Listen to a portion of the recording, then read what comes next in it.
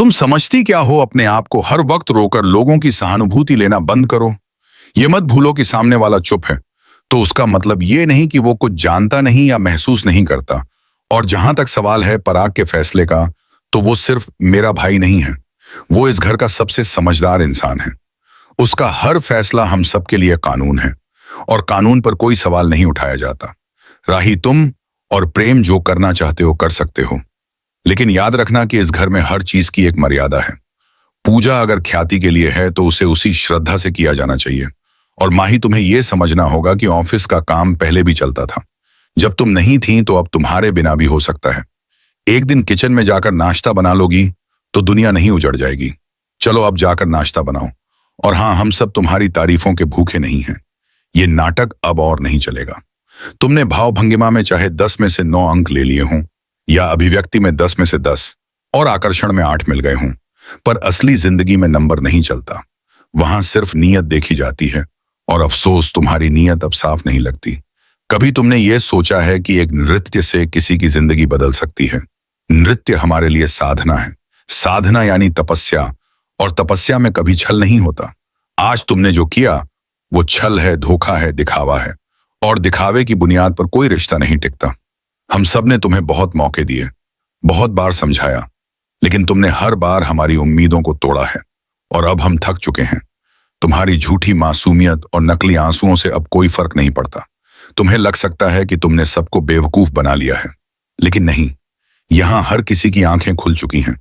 और सबसे पहले तो मेरी, जो अब तक तुम्हें मासूम समझती रही, अब देख रही है तुम्हारा असली चेहरा। और तुम पराग को लेकर जो चाल चल रही हो वो भी सब जान चुके हैं। लेकिन तुम ये मत भूलो कि पराग कोई बच्चा नहीं है। वो अच्छे से समझता है कि कौन क्या कर रहा है और क्यों कर रहा है। वो चुप है तो इसका मतलब ये नहीं कि उसे कुछ समझ नहीं आता। वो बस सही वक्त का इंतजार कर रहा है, और जब वक्त आएगा ना, तो वो एक बार में सबका फैसला सुना देगा। और उस दिन तुम्हें ये एहसास होगा कि तुमने कितनी बड़ी गलती की। अब ये बहाने बनाना बंद करो कि तुम्हें कुछ नहीं पता कि कौन क्या कर रहा है। ये सब तुम ही की चालें हैं।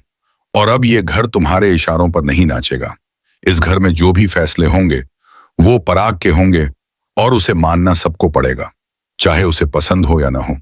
अब बहुत हो गया ये ड्रामा। एक दिन सबके सामने सच आ ही जाएगा, और वो दिन बहुत दूर नहीं है। याद रखना, हर झूठ की एक एक्सपायरी डेट होती है, और तुम्हारे झूठ की मियाद अब खत्म होने वाली है। ये सब तुम्हारे बहाने और ये अभिनय अब नहीं चलेगा। तुम कहती हो कि तुम्हें कोई समझता नहीं, लेकिन सच्चाई ये है कि तुम्हें समझने की कोशिश करने वाला हर इंसान आज पछता रहा है। और अब कोई तुम्हें समझना नहीं चाहता, क्योंकि जो खुद को मासूम दिखाकर दूसरों को नुकसान पहुंचाता है, उसे समझना नहीं छोड़ देना ही बेहतर होता है। तुमने इस घर के हर सदस्य को तोड़ने की कोशिश की है, लेकिन अब हम टूटेंगे नहीं, बल्कि और मजबूत होकर तुम्हारे सामने खड़े होंगे।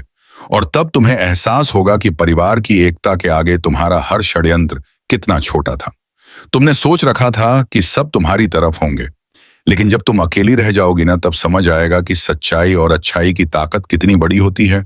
इसलिए अभी भी वक्त है, संभल जाओ, वरना जिस रास्ते पर चल रही हो वो रास्ता तुम्हें कहीं का नहीं छोड़ेगा।